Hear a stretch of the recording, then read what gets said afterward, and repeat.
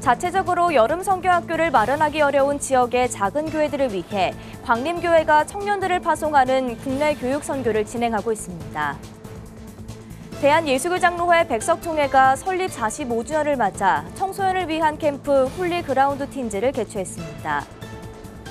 국내 종교 인구가 2004년 정점으로 감소세를 보이고 있는 가운데 20대 개신교인 수는 2017년에 비해 절반가량 줄었다는 통계가 나왔습니다. 전쟁터가 된 우크라이나를 떠나지 않고 전쟁 난민들을 위해 사역하고 있는 김교혁, 김주순 선교사 부부를 만나봤습니다. 한국교회총연합이 폭염과 열대야로 어려움을 겪고 있는 세계 잼버리 대회 참가자들을 위해 긴급 생수 지원에 나섰습니다.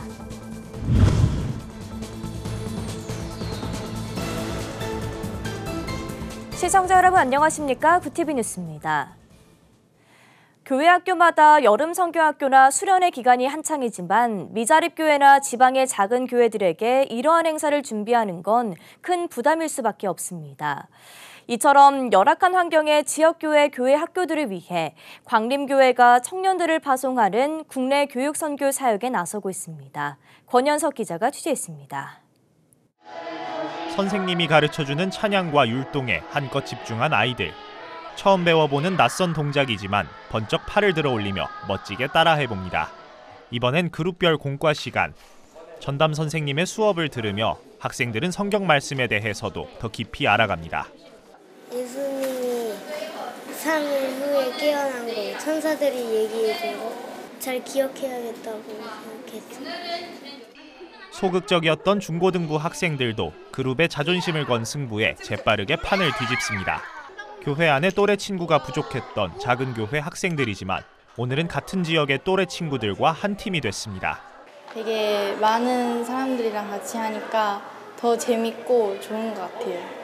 학생들이 은혜를 나누는 이곳은 광림교회 청년 선교국이 진행하는 국내 교육 선교 현장입니다. 자체적으로 여름 성경 학교를 여는 것이 부담되는 미자립 교회와 작은 교회들을 위해 광림교회는 매년 여름 교회 청년들을 전국 각 지역에 파송하고 있습니다. 코로나19 이후 부족한 재정뿐 아니라 교회 안의 청년 감소로 교회 학교 운영에 어려움을 겪었던 지역교회 사역자들에게도 큰 도움이 되고 있습니다. 지역교회에 이제 먼저 청년 교사들이 굉장히 많이 줄었습니다.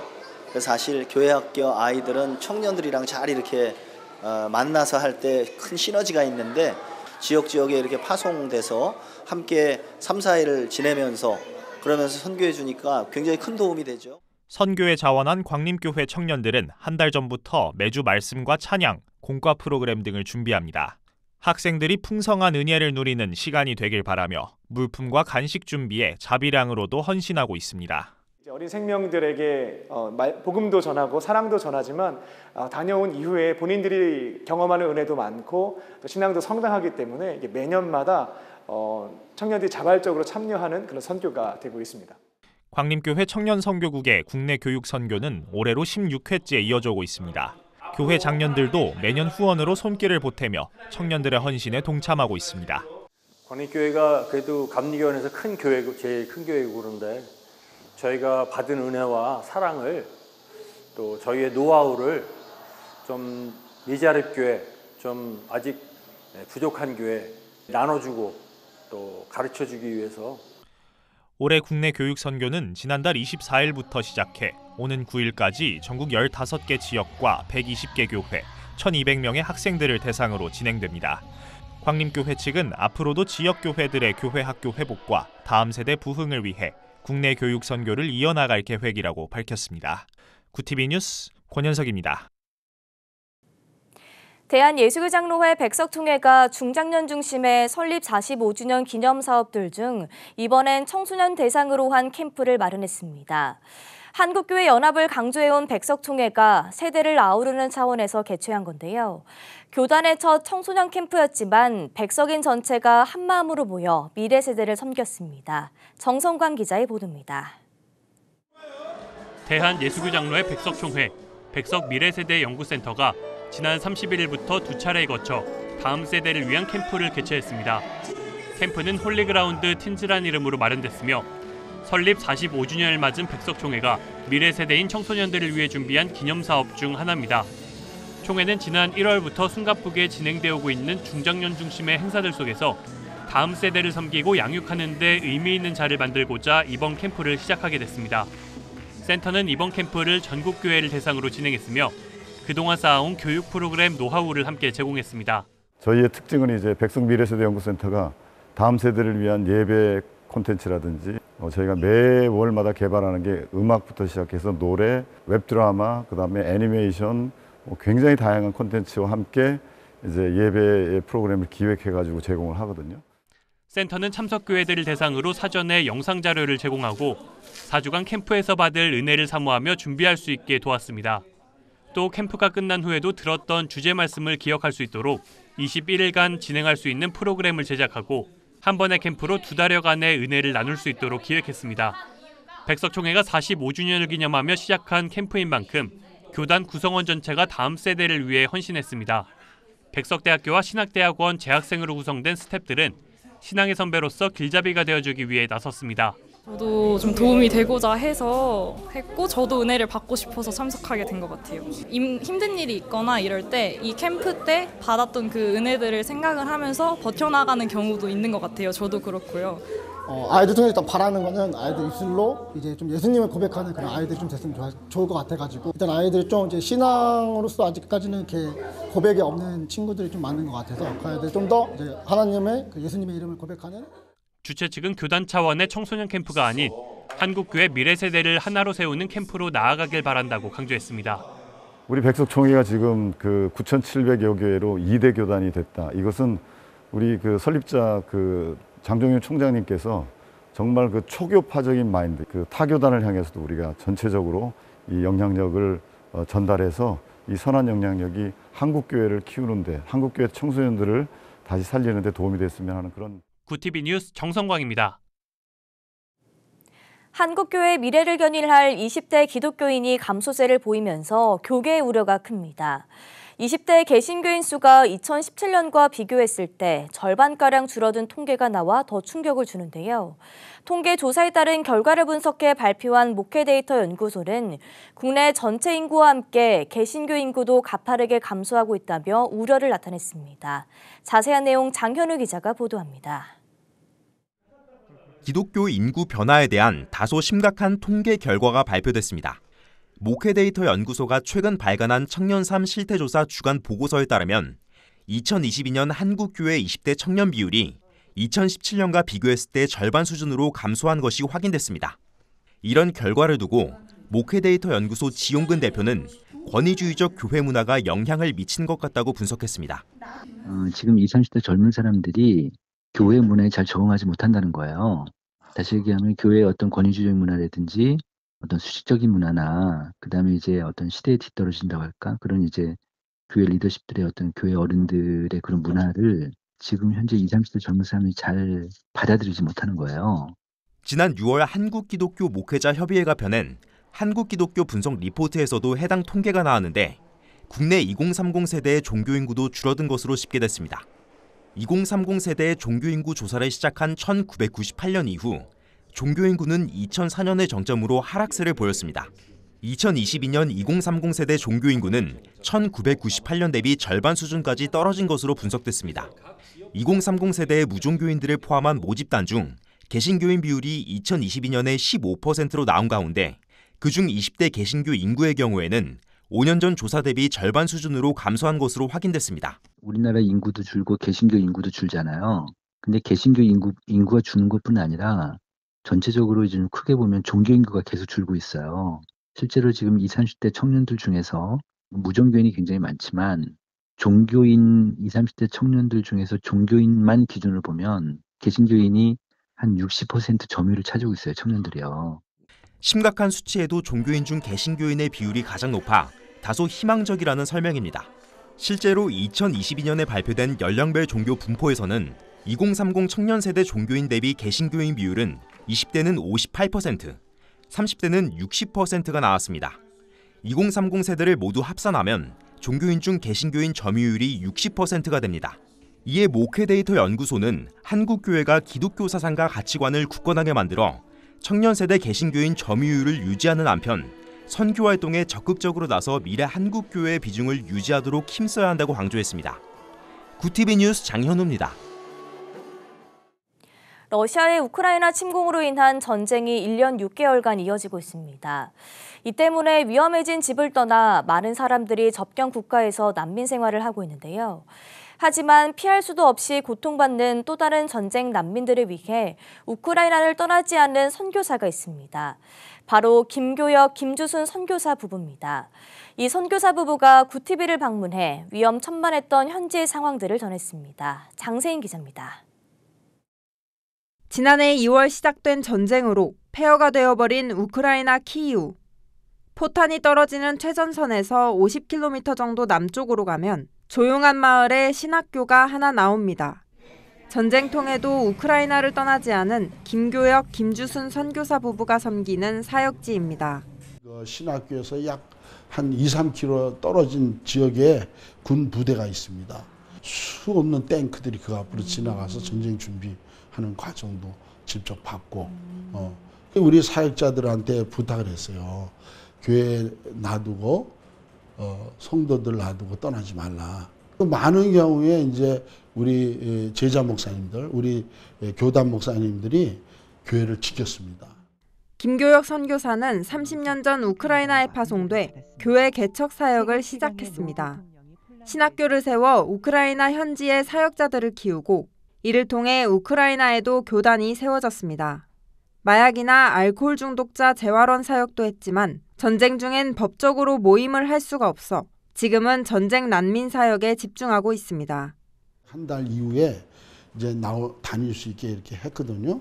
물도 없죠. 전기도 끊어졌죠. 마켓에 빵도 없고 빵하고 그들이 먹는 음식을 우리가 구입해가지고 한 300명씩 이렇게 바켓을 만들어가지고 동네마다 다니면서 첫째 복음 전하고 그들을 위해서 기도해주고 막 두려움의 영에 쌓이는 사람들이니까 기도뿐이 없잖아요. 그래서 음식 주면서 기도해주고. 김 선교사는 키이우에 동유럽 선교센터를 마련하고 전쟁고아와 과부 등 누구든지 배고프면 먹고 쉴 수 있도록 무료급식을 제공하고 있습니다. 무료급식을 찾던 200명의 사람들은 어느새 복음을 접하고 함께 예배를 드리기도 합니다.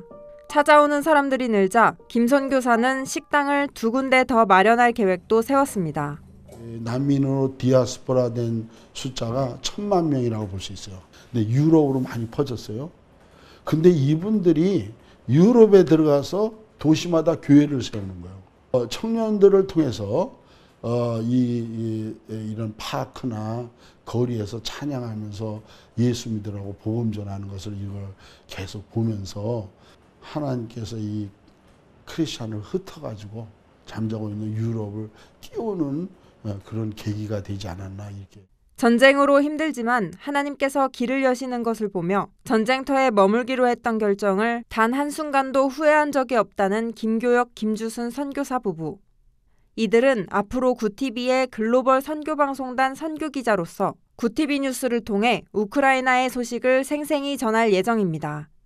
전쟁이 길어지며 관심 또한 떨어지고 있는 이때 생사를 다투는 이들을 위한 한국교회의 뜨거운 기도가 다시 살아나길 기대해봅니다. 구티비 뉴스 장세인입니다.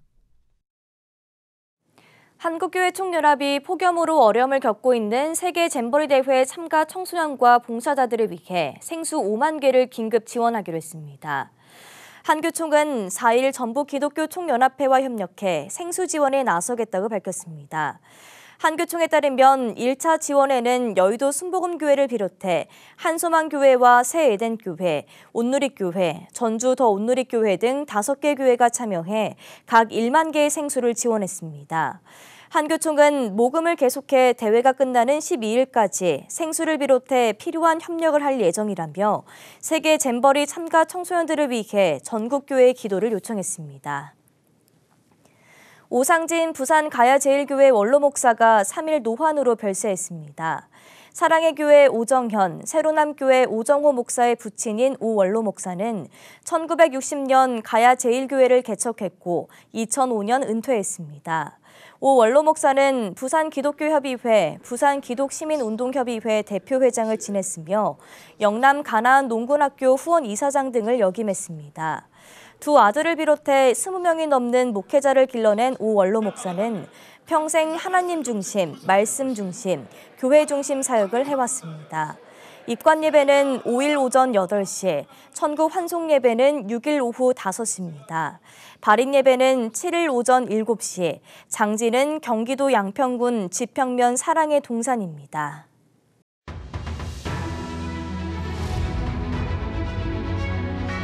오늘의 이슈 포커스입니다. 경기도 분당 서현역 인근에서 불특정 다수를 대상으로 흉기를 휘두른 묻지마 칼부림 사건이 3일 발생했습니다.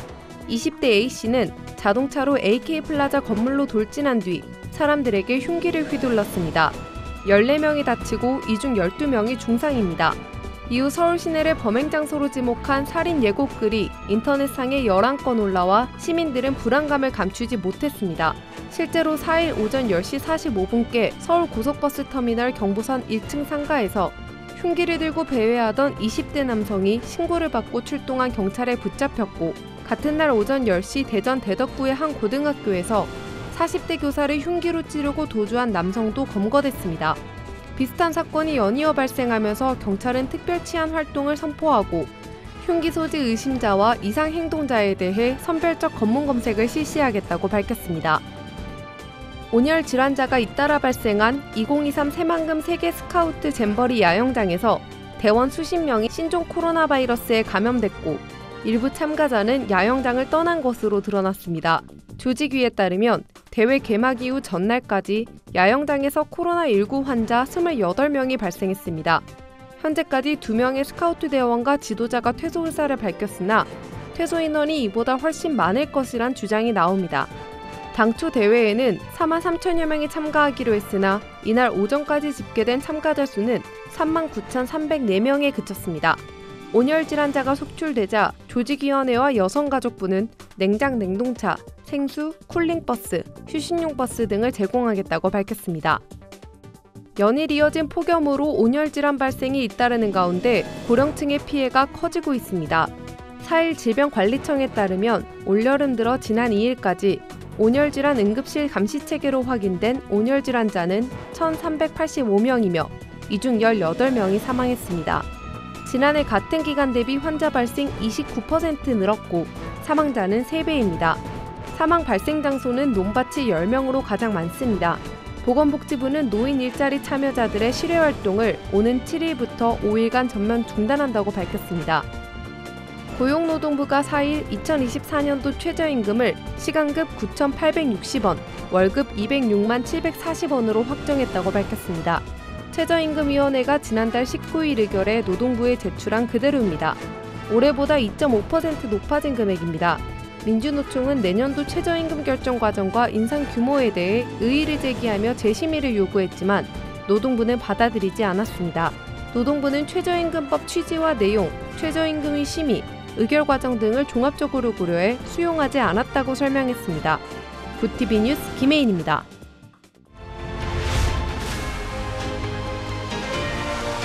굿TV 월드와이드입니다. 북한이 지난달 18일 판문점 공동경비구역에서 월북한 주한미군 트레스비 킹 이병의 신병을 확보하고 있다는 사실이 확인됐습니다. 유엔군 사령부는 현지 시간 3일 북한이 킹 이병의 행방에 대한 정보 요청에 처음으로 응답하면서 킹 이병의 구금을 확인했다고 밝혔습니다. 유엔사는 그를 집으로 돌려보내려는 우리의 노력에 방해가 되지 않도록 북한의 응답 내용에 대해 상세히 공개하는 것을 거절했습니다.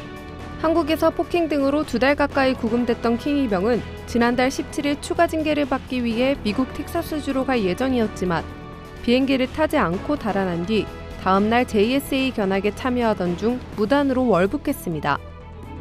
남반구가 한겨울에도 폭염으로 끓고 있습니다. 현지 시간 2일 워싱턴 포스터에 따르면 칠레, 아르헨티나, 브라질 등 남미 국가들은 현재 겨울을 보내고 있지만 북반구 못지않은 이상고온을 겪고 있습니다. 지난 1일 칠레의 중부 산간 도시는 기온이 38.7도까지 올라 칠레의 8월 최고 기온을 기록했습니다. 아르헨티나 해안 도시 리바다비아와 파라과이도 37도의 이례적인 고온을 기록했습니다. 기후학자인 마이사 로아스 칠레 환경부 장관은 우리가 겪고 있는 현상은 기후변화로 인한 지구온난화와 엘니뇨 현상이 결합해서 발생한 것이라고 설명했습니다. 5년 전 발생한 미국 역사상 최악의 유대인 혐오 범죄를 저지른 총격범에 사형이 선고됐습니다.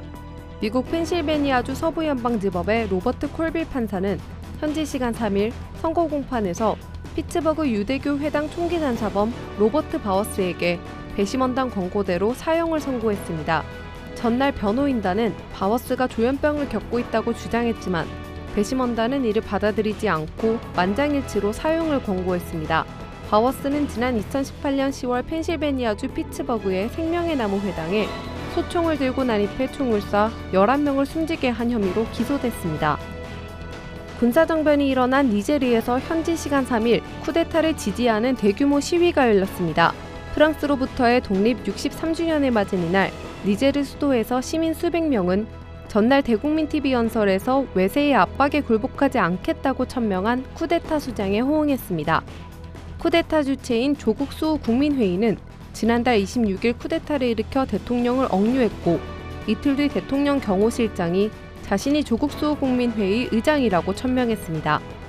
그러나 조 바이든 미국 대통령이 대통령의 석방을 촉구하는 등 헌정질서 회복을 요구하는 국제사회의 목소리가 이어지고 있습니다.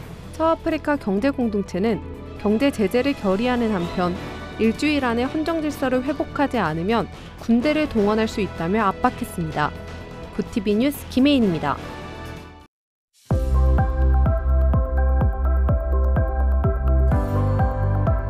내일도 맑지만 푹푹 찌는 무더위가 이어지겠습니다. 충청 이남을 중심으로는 소나기가 자주 내리겠습니다. 현재 태풍 카누는 강한 세력으로 오키나와 서쪽 해상에서 동진하고 있습니다. 월요일쯤 일본 규슈 남쪽 해상을 지나 차츰 북진할 것으로 보이는데요. 태풍 진로가 유동적이니 최신 기상 정보를 잘 확인해 주시기 바랍니다. 이어서 전국 날씨입니다. 내일 한낮 최고 기온은 서울 34도, 강릉 33도가 예상됩니다. 남부지방은 광주 34도, 대구와 제주 33도, 부산 32도를 보이겠습니다. 날씨였습니다. 계속되고 있는 불특정 시민을 대상으로 한 흉기 난동 사건에 경찰이 특단의 조치를 내렸습니다. 개인 호신용품도 불티나게 팔리고 있는 것으로 나타나면서 시민들의 불안감이 커졌다는 판단인데요. 테러에는 강경한 대응으로 맞서 더 이상의 무고한 피해자가 나오지 않기를 간절히 바랍니다. 이상으로 뉴스를 마칩니다. 함께해 주신 여러분 고맙습니다.